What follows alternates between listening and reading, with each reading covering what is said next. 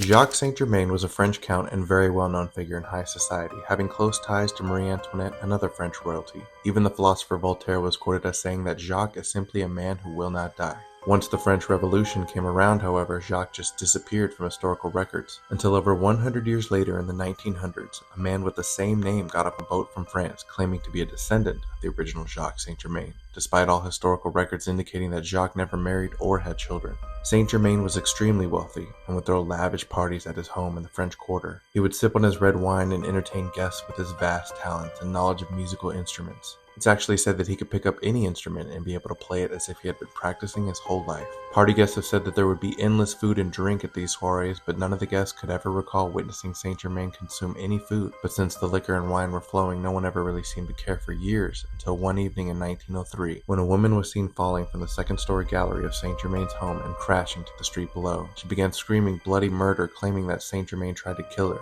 by biting her neck. When two police officers arrived to interview Saint-Germain about the incident, he told them that he was under the influence of one too many drinks and would have no problem cooperating in the morning by coming down to the station himself to give a statement. And after Saint-Germain slipped each of them a hefty bribe, the policemen ultimately agreed and went about their way. Until the next day when Saint-Germain did not show up at the station as promised. The officers then rushed to Saint-Germain's home at the order of the chief of police, only to discover that the house was unlocked and completely empty. The officers then noticed that the only things left behind were a couple of dusty bottles of Saint-Germain's special red wine that he loved so much and would drink at every party, never allowing anyone else to indulge in any.